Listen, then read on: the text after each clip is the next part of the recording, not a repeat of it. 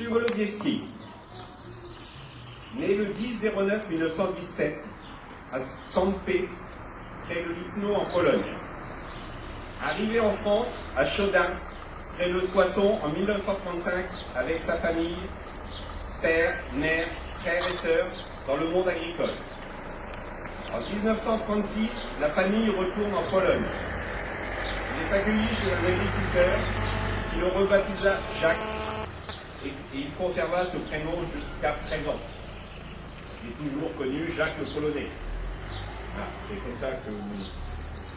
Wolodziewski vous a connu ma famille, vous savez bien mieux que moi. Il y rencontra sa future femme, Marie Filipek, née le 24-09-1917, arrivée à l'âge de 15 ans environ, qui vivait avec sa sœur et son beau-frère. Elle gardait leur enfant. Ils se marient en 1938, dans leur 20e année, à Chaudun.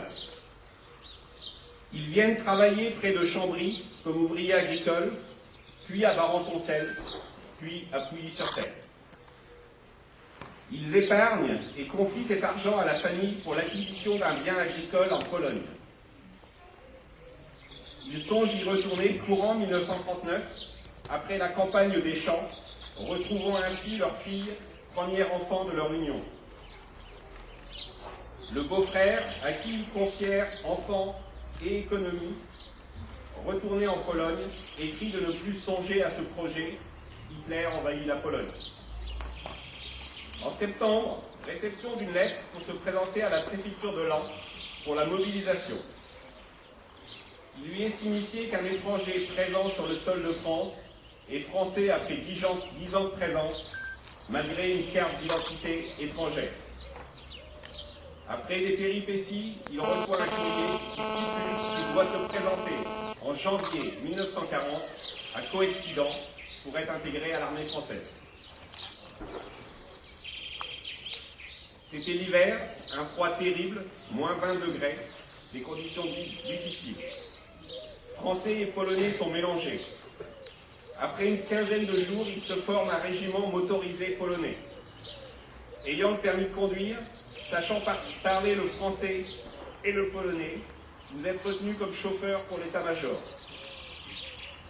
Fin janvier 1940 est formé le 24e régiment de chars. Vous rejoignez Paimpont, en Bretagne. Fin janvier, début février 1940, mis en place par le général polonais Maczek de la cavalerie motorisée avec les anciens combattants qui venaient de Pologne. Cela sans avoir aucun matériel. Vous rejoignez immédiatement Orange dans le midi de la France, puis Bolène-Mondragon dans le Vaucluse en Provence, sous les ordres du colonel Descours. À cette période, les Allemands attaquent la Hollande. Arrivé en mai-juin 40 à Arpajon, près de Paris, le régiment est équipé de neuf à Versailles. Il peut protéger Paris. Sous les menaces d'Hitler, qui détruirait Paris si la ville était protégée, la division, le régiment de cavalerie équipé, redescend dans le sud-ouest de la France. Arrivé à La Rochelle, après être passé à Cognac et Bordeaux, le matériel est laissé détruit. Les volontaires de la division prennent des bateaux à bestiaux pour l'Angleterre en mai-juin 1940. Les avions italiens bombardent. Les sous-marins allemands attaquent à la torpille. De nombreuses pertes. Les 960 hommes de troupes du régiment de cavalerie sont serrés comme des sardines, arrivent à Glasgow en Écosse après une journée, une nuit, en 1940, dans un stade dédié aux courses de lévrier. Après une quinzaine de jours, pour identification et repos, direction Douglas en Écosse. Ils endossent cette fois l'uniforme anglais. Vous restez 4 ans en Écosse dans différentes missions de protection du pays sur les côtes du Nord en direction de la Suède. Entraînement sportif et militaire en vue du débarquement. Aucune correspondance avec votre épouse et votre famille ne vous sera possible. C'est le secret absolu pour éviter qu'Hitler ne sache les forces en place et leurs qualités. Pendant ces années, de nombreux soldats polonais épousèrent des Écossaises. Pour séduire, les soldats aménagèrent contre l'autorité leur uniforme, en modifiant les cravates, les cols, les boutons, en décousant les poches comme le pouvaient faire les officiers. Mais un soir, alarme, vous devez tous prendre un transport et arriver près de Londres, où vous prenez des bateaux américains et vous débarquez à Arromanches. Le 4 août 1944, la première division blindée du général Maxek, intégrée dans la première armée canadienne, cette fois-ci, débarque en Normandie dans le secteur d'Arromanches pour participer à la campagne de France. Cette unité, forte de 16 000 hommes, 480 chars, 473 canons et 4000 véhicules. Le 8, la division traverse le camp et se trouve arrêtée sur la Dive, subissant des pertes sérieuses. Le 15 août, appuyés par de puissantes attaques aériennes, les dragons de la division prennent fort sur la Dive, élargissent la percée, faisant s'écrouler la défense ennemie, conquièrent Morteau-Couliboeuf. La bataille fait rage autour de Falaise. Très en pointe, la division fonce sur Chambois où le commandant Zorzelski réalise la jonction avec des éléments de la 2e DB française venue d'Alençon. Une terrible bataille de 3 jours débute car les Allemands de la 7e armée s'acharnent à faire sauter le verrou dans lequel ils s'entassent. Ce verrou, baptisé Makzuga, la massue en polonais, est tenu par la division du général Maxek. Des combats acharnés se livrent à la côte 262, où les Polonais sont comme assiégés par les assauts se succédant de tous les côtés. Héroïques, ils écrasent les assaillants, défont un corps d'armée dont ils capturent le général.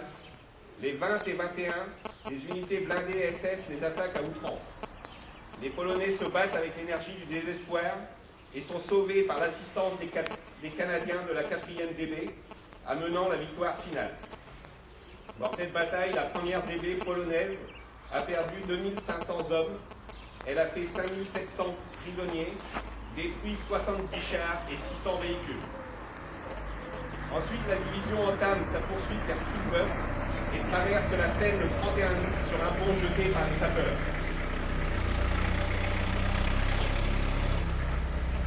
Le 3 septembre, la division libère Avril et Saint-Omer, le 5 après un fort engagement. En 9 jours, au prix de 494 morts, l'unité a parcouru 400 km, capturant encore 5000 soldats allemands. Elle reçoit les semaines suivantes les renforts issus de 10 000 volontaires polonais des bassins miniers du nord de la France. Ils longent la côte pour la Belgique et les Pays-Bas, puis l'Allemagne. Mais c'est une autre histoire. C'est en Allemagne vaincue et occupée qu'il apprendra la fin de la guerre. Et je voudrais juste pour finir dire un petit mot sur Madame, qu'on a retracé là l'histoire militaire. Pendant ce temps-là, Madame de Lobiewski, elle, vivait, seule, sans nouvelles, sans sa fille, qu'elle a pu retrouver seulement 11 ans après. Monsieur et Madame,